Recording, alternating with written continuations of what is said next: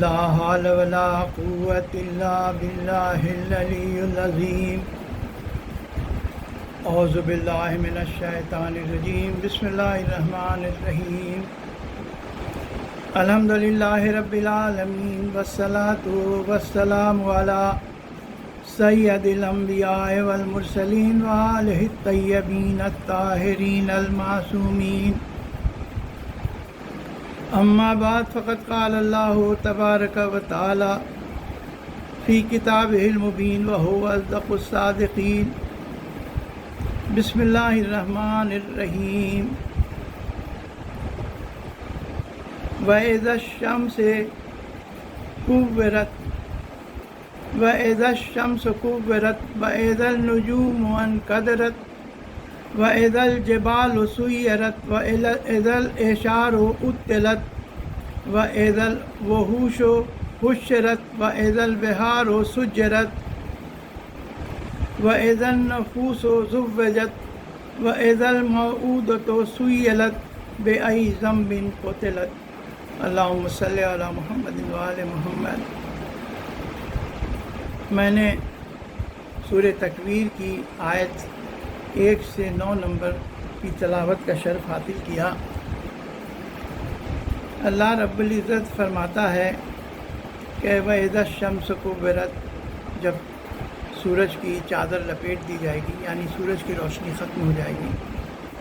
وَإِذَا النُّجُومُ انكَدَرَتْ، اور تارے گر پڑیں گے۔ وَإِذَا الْجِبَالُ سُيِّرَتْ، پہاڑ چلائے جائیں گے۔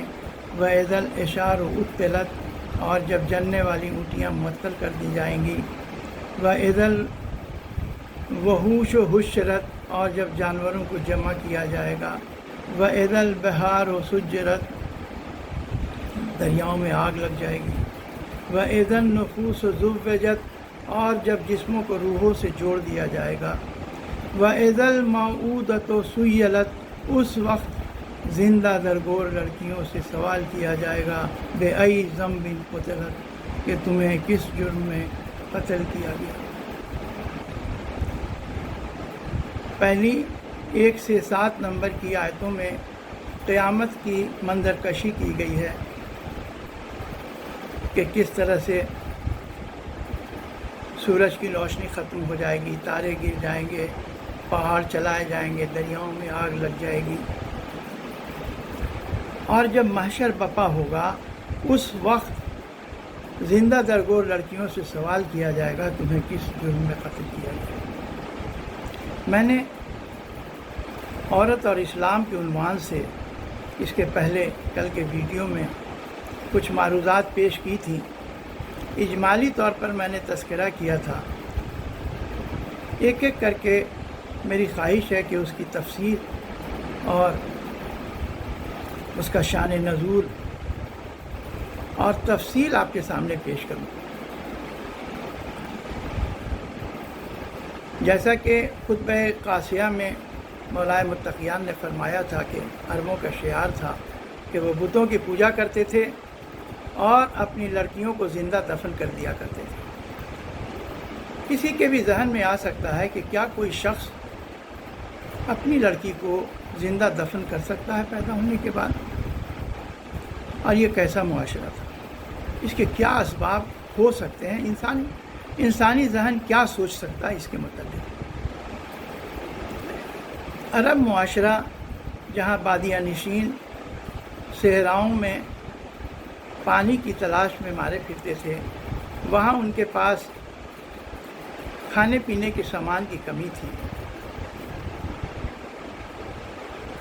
بھوک اور قحط کی وجہ سے اکثر وہ اپنی لڑکیوں کو قتل کر دیا کرتے تھے، اس لیے کہ اس معاشرے میں لڑکیوں کی وہ اتنی اہمیت نہیں سمجھتے تھے جتنا وہ لڑکوں کی سمجھتے تھے کہ لڑکے تو غذا کی فراہمی میں مدد کر سکتے ہیں، وہ ڈاکے بھی ڈال سکتے ہیں، قافلوں کو لوٹ بھی سکتے ہیں، دوسرے قافلے اگر ان پر حملہ کریں تو وہ ان کا دفاع بھی کر سکتے ہیں۔ اور اسی وجہ سے ان لوگوں نے جو نظام بنایا تھا اس میں عورت کو ہر طرح سے ان لوگوں نے ڈرانے کی اور دبانے کی کوشش کی تھی۔ ان کا کہنا تھا کہ چونکہ مرد ہی کارآمد ہیں، اس لیے اگر کوئی شخص مر بھی جاتا ہے تو اس کا جو وارث ہوگا وہ لڑکا ہی ہوگا، عورتوں اور لڑکیوں کو وہ وراثت نہیں دیا کرتے تھے، بلکہ اگر کسی مرنے والے کی بیٹی اور زوجہ بھی موجود ہے تو اس کے موجود رہتے ہوئے بھی دور کے چچا زاد کو ان کی وراثت اور ان کے مال مل جایا کرتے تھے۔ تو پہلی وجہ تو ایک تھی کہ وہ بھوک کی وجہ سے اپنی لڑکیوں کو دفن کر دیا کرتے تھے۔ دوسری وجہ یہ تھی کہ چونکہ لڑائیاں بہت ہوتی تھیں، آپس میں قبائل لڑتے تھے، لوٹ مار بہت ہوتا تھا، تو کبھی کبھی جب قبائلیوں میں لڑائی ہوتی تھی یا اور کوئی وجہ ہوتی تھی، جیسا کہ آگے ہم بیان کریں گے، تو لڑکیاں دوسروں کے قید میں چلی جاتی تھیں۔ جب لڑکیاں ان کی دوسروں کے قید میں چلی جاتی تھیں تو ان کی عزت اور ناموس پر بٹا لگتا تھا۔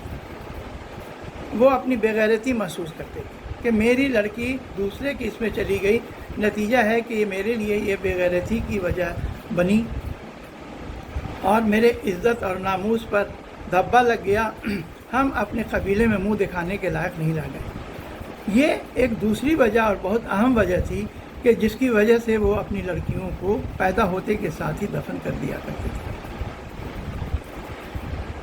اسی آیہ کریمہ کے ذیل میں تفسیر میں جو اکثر مفسرین نے ذکر کیا ہے، ایک واقعہ قیس بن عاصم کا ذکر کیا ہے۔ اس وقت کے جو حالات یہ تھے کہ پورے عرب میں تو بادیہ نشین تھے، مکہ اور مدینہ میں کچھ قبائل تھے۔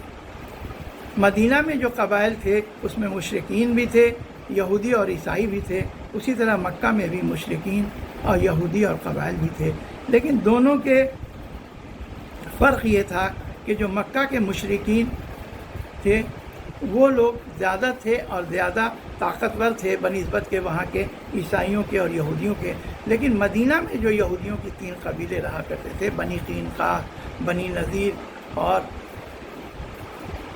ایک اور قبیلہ تھا، تو یہ تینوں قبیلے وہ کافی طاقتور قبیلے تھے۔ نتیجہ یہ ہے کہ یہ جو 3 قبیلے ہیں، اس کے علاوہ اور جو عرب میں وہ بادیہ نشین جو تھے، ان کی زندگی وہ ایک جگہ سے دوسری جگہ پانی کی تلاش میں مارے چلتے تھے۔ لیکن جو علاقہ عرب کا ایران سے متصل تھا، جیسے عراق کا علاقہ، وہاں پر باضابطہ ایک بادشاہ کی حکومت تھی جو کہ ہمیری سلطنت کہلاتی تھی، ہمیری سلطنت کہلاتی تھی، اس کے اپنے بادشاہان تھے۔ لیکن یہ جو ہمیری سلطنت تھی، یہ لوگ الائز تھے، حلیف تھے ایرانی سلطنت کے، یعنی کسرا، بادشاہان کسرا کے وہ حلیف تھے، اور فارس کی ایک فوج کی ٹکڑی وہاں عراق میں موجود رہا کرتی تھی۔ ایک طرح سے یہ لوگ بفر اسٹیٹ کا کام دیتے تھے کہ اگر کوئی حملہ کرتا ہے تو پہلے ان کو سابقہ یہ ہمیری سلطنت کے بادشاہان سے پڑے۔ اسی طرح جو روم کے بادشاہ تھے، جو قیصر کہے جاتے تھے، تو ان لوگوں نے بھی شام کے علاقے میں اسی عرب کی ایک حکومت کو ان لوگوں نے وہاں انکریج کیا تھا، اور وہ آل غسان کہے جاتے تھے، غسانی حکومتیں تھیں۔ اسی طرح یمن میں بھی ایک بادشاہ کی حکومت تھی۔ تو یہ جو حکومت تھی یہ الائز تھے، یا تو قیصر روم کے الائز تھے یا کہ کسرا کے الائز تھے، لیکن چونکہ ان کے پاس اپنی فوج بھی تھی اور کچھ فوجیں جو فارس کی فوج جو وہاں رہتی تھی، تو نتیجہ یہ ہے کہ یہ جو بادشاہان تھے، ہمیری بادشاہان جو عراق میں تھے، یہ بادیہ نشینوں سے محصول یا ٹیکس وصولا کرتے تھے۔ وہ بادیہ نشین ان کے باج گزار تھے، زور زبردستی سے وہ ٹیکس وصولا کرتے تھے کیونکہ وہ طاقت رکھتے تھے۔ ایک وقت ایسا آیا کہ یہ بادیہ نشین، چونکہ ہمیشہ تو یہ لوگ فخر و فاقہ کی زندگی گزارتے تھے، اگر کبھی ان کو زراعت وغیرہ نہیں ہوئی، قحط پڑ گئی، ایسے بھی زراعت کی وہاں بہت کمی تھی چونکہ پہاڑی علاقہ تھا، کوئی ایسی زرخیزی وہاں تھی نہیں، تو وہ لوگ جو ہمیری بادشاہ تھا جس کا نام تھا نعمان بن منذر، اس کو یہ لوگ ٹیکس نہیں دے سکے، محصول نہیں دے سکے۔ تو چونکہ باج گزاری میں یہ لوگ پورے نہیں اترے تو نعمان بن منذر نے ان قبائلوں پر حملہ کر دیا، اور حملہ کر دیا۔ کمزور تھے، اس کا مقابلہ نہیں کر سکے۔ نتیجہ ہے کہ ان لوگوں کے مال و اسباب اس نے لوٹ لیے اور ان کی عورتوں اور لڑکیوں کو پکڑ کر ساتھ لے کر چلا گیا۔ جب وہ لڑکیوں کو پکڑ کر ساتھ چلا گیا تو کچھ دنوں کے بعد کچھ پیسے بھی ہوئے ہوں گے ان لوگوں کے پاس، وہ لے کر کے جو ان کے بزرگ ہیں وہ لوگ گئے نعمان بن منذر کے پاس۔ ان لوگوں نے التجا کی کہ ہمارے عورتوں اور لڑکیوں کو چھوڑ دو، تو وہ راضی ہو گیا اور اس نے کہا کہ ٹھیک ہے، تم اپنے عورتوں اور لڑکیوں کو لے جا سکتے ہو، لیکن شرط یہ ہے کہ جو لڑکی اپنی خواہش سے یہیں رہنا چاہے گی اس کو تم زبردستی نہ لے جا سکتے۔ وہ لوگ تیار ہو گئے۔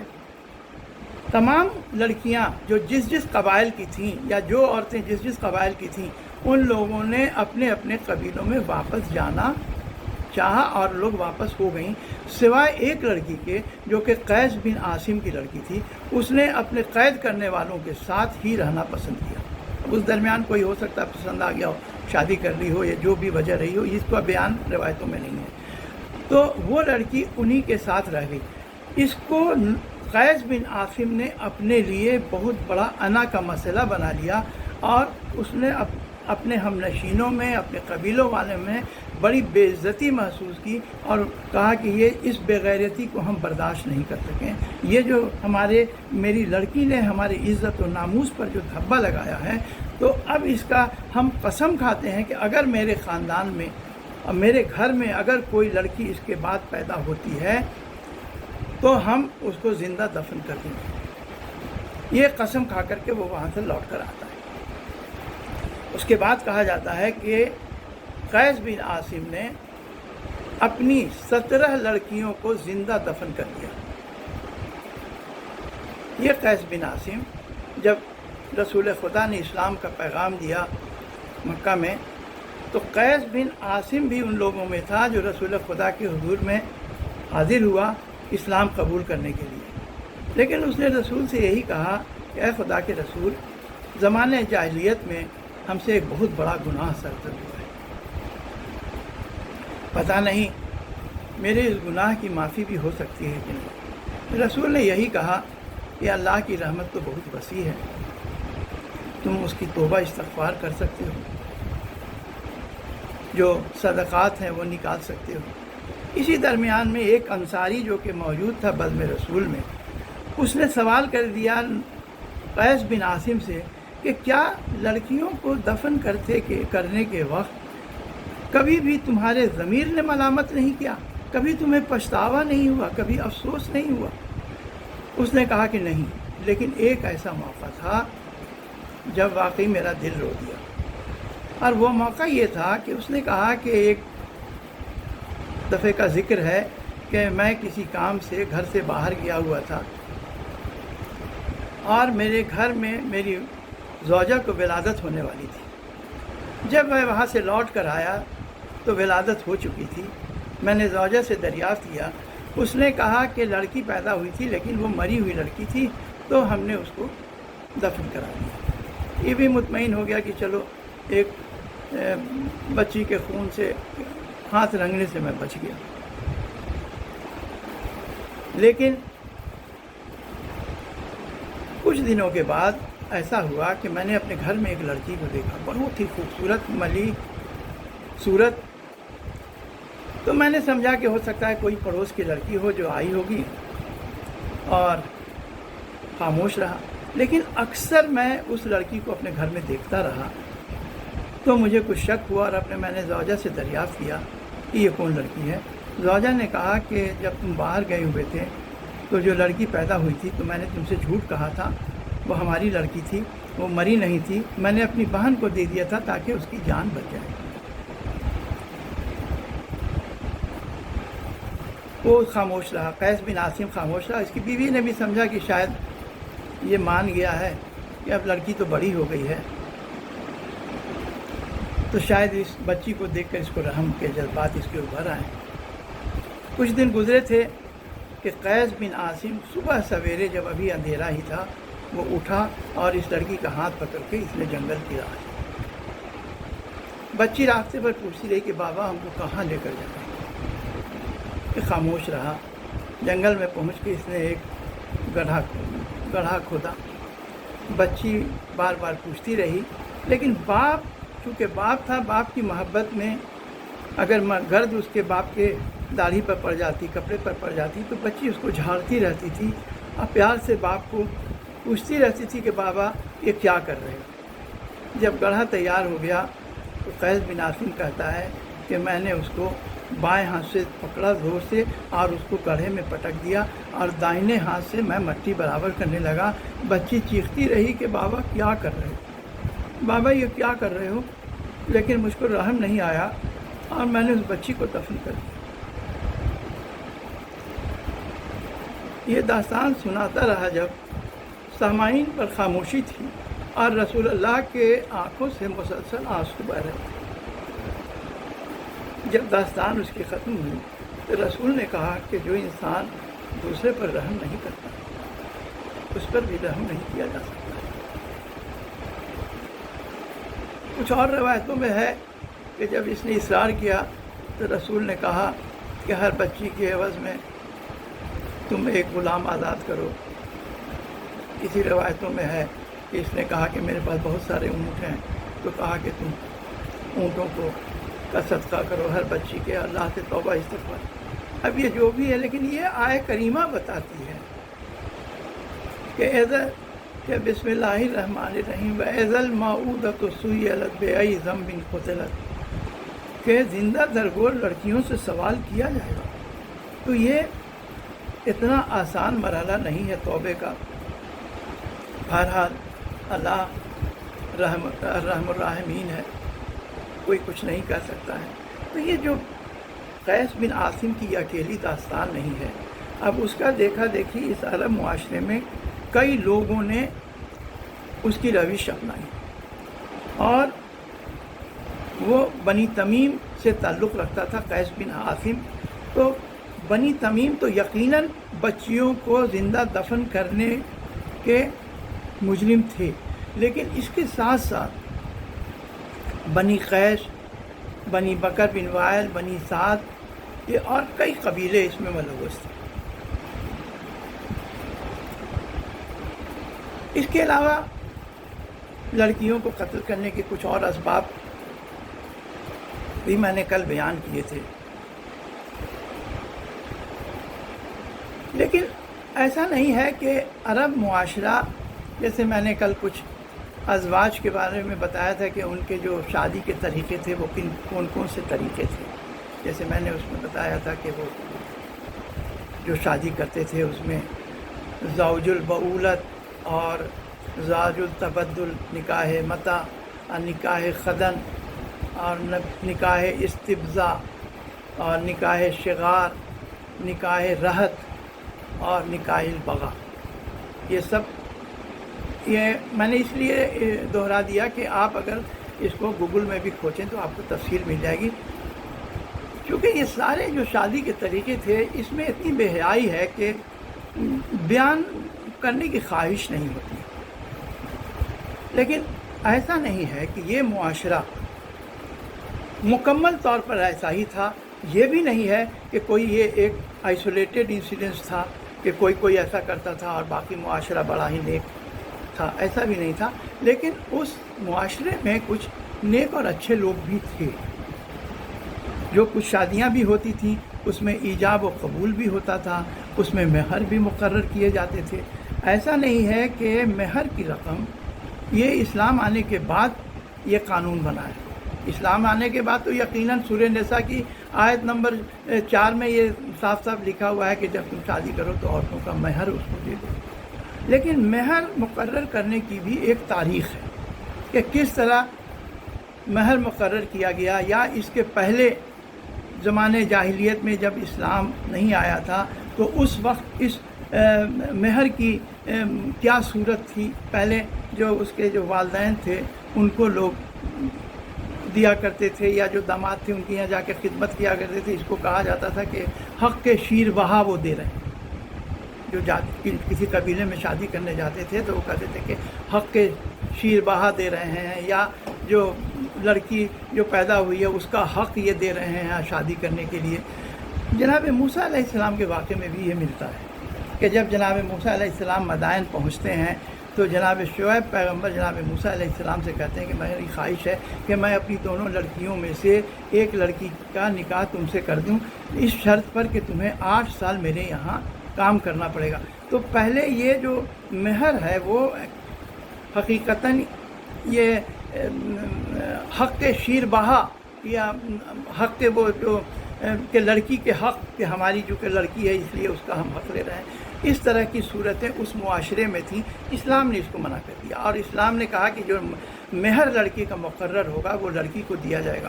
تو یہ مہر کا ایسا نہیں ہے کہ اسلام آنے کے بعد ہی قانون بنا، اسلام نے تو بالکل ہی واضح طور پر اس کی وضاحت کر دی ہے سورہ نساء کی آیت نمبر 4 میں کہ لڑکیوں کو اس کا مہر دے دو۔ لیکن اس کے پہلے بھی جو بہت ساری شادیاں عربوں میں ہوئی ہیں، لیکن جو میجورٹی تھی، جو اکثریت تھی، وہ اکثریت جو مکے والوں میں خاص کر کے تھی، تو ان کے یہاں جو شادیاں ہوتی تھیں ان شادیوں کی جو شکل تھی وہ اچھی نہیں تھی، وہ بری تھی، جس کا میں نے آپ کو نام ابھی بتایا۔ لیکن ایسی بھی شادیاں ہوتی تھیں جس میں مہر بھی مقرر ہوتے تھے، جس میں ایجاب و قبول بھی ہوا کرتے تھے۔ خود ہمارے رسول کریم کی شادی جب ام المومنین جناب خدیجہ سے ہوئی ہے، اس میں مہر بھی مقرر ہوئے ہیں، اس میں خطبہ بھی نکاح کا پڑھا گیا ہے، جناب ابو طالب علیہ السلام نے خطبہ بھی نکاح کا پڑھا گیا ہے، اور پوری طرح سے جو اسلام کے قوانین ہیں ان کے مطابق یہ شادی۔ ابھی جبکہ رسول خدا نے اسلام کا پیغام نہیں دیا تھا، جبکہ اسلام میں جو شادی کے جو آیتیں آئی ہیں، جو اس کے احکام کی آیتیں آئی ہیں، جو آئلی قانون جو کہ شادی متعلق بیاہ کے متعلق جو قانون ہے وہ آئے ہیں، تو یہ ابھی نہیں آئے ہیں۔ تو مہر کی بھی ایک تاریخ ہے کہ یہ مہر جو زمانے جاہلیت میں کیا تھا، جو میں نے کہا کہ ابھی کہ وہ حق شیر بہا کے نام پر یہ لوگوں کو دیا جاتا تھا۔ وہ سسر جو ہے لڑکی کا باپ لے لیتا تھا، کبھی لڑکی کا باپ اگر انتقال کر گیا تو لڑکی کا بھائی ولی بن جاتا تھا۔ وہ ایک اور شکل وہاں پر نظر آتی تھی اس وقت کہ وہ لڑکی کا بھائی جب ولی بن گیا تو وہ دوسرے خاندان میں کسی سے کہتا تھا کہ ہم اپنی بہن کو یا اس کو بہن کو یا اپنی کسی خاندان کی عورت کو تم کو دیتے ہیں، اور اس کے عوض میں تم اپنے خاندان کی ایک عورت کو ہم کو دو، لیکن جو تم ہم کو اس میں دو گے اس میں کوئی مہر کی بات نہیں، بلکہ یہ جو لڑکی جو جا رہی جو ہم لڑکی دے رہے ہیں اور اس کے عوض جو ہم تمہاری لڑکی لے رہے ہیں تو یہی مہر ہے۔ اس شادی کو نکاح شغار کا نام دیا گیا۔ اسلام نے اس کو ممنوع قرار دے دیا کہ نہیں، یہ شادی کی صورت نہیں ہے، مہر مقرر ہونا ضروری ہے، لڑکی کا ایجاب و قبول ضروری ہے، لڑکی کی اجازت ضروری ہے۔ اس وقت جب یہ نکاح شغار تھا اس میں لڑکی کی اجازت کی کوئی ضرورت نہیں سمجھی جاتی تھی۔ تو یہ سب صورتیں تھیں جو اس وقت کے لوگ کیا کرتے تھے۔ خود رسول خدا جب مدینے میں گئے ہیں اس وقت کے حالات جو میں نے بتایا کہ یہ لوگ جو عورتیں ہیں ان کو اساس البیت سمجھتے تھے کہ یہ جیسے گھر کا ایک اثاثہ ہے، گھر کا سامان ہے، اس طرح کا سمجھتے تھے۔ جب وہاں گئے ہیں تو ایک انصاری جن کا نام تھا اوس بن ثابت، ان کا انتقال ہو جاتا ہے، ان کی ایک بیوی اور 2 بیٹیاں تھیں۔ تو جو وہاں کا قانون اس وقت تھا، ابھی آیت جو وراثت کی آیت تھی ابھی نہیں آئی تھی، تو جو اوس بن ثابت ہیں ان کے دور کے چچیرے بھائی آتے ہیں اور جتنے مال و متاع ہے وہ سمیٹ کر لے کے چلے جاتے ہیں۔ جناب اوس بن ثابت کی جو زوجہ ہیں وہ رسول کریم کی خدمت میں آتی ہیں اور عرض کرتی ہیں کہ ہم اور ہماری بیٹیاں ہم لوگ فاقہ سے ہیں، اس لیے کہ اوس بن ثابت کے سارے مال و متاع ان کے چچیرے بھائی جن کا نام تھا خالد اور افتح وہ لے کے چلے گئے۔ اسی وقت یہ آیت کریمہ آئی کہ بسم اللہ الرحمن الرحیم وَلِلرِّجَالِ نَصِيبٌ مِّمَّا تَرَكَ الْوَالِدَانِ وَالْأَقْرَبُونَ وَلِلنِّسَاءِ مِّمَّا تَرَكَ الْوَالِدَانِ وَالْأَقْرَبُونَ قَلَّ مِنْهُ أَوْ كَثُرَ نَصِيبًا مَّفْرُوضًا۔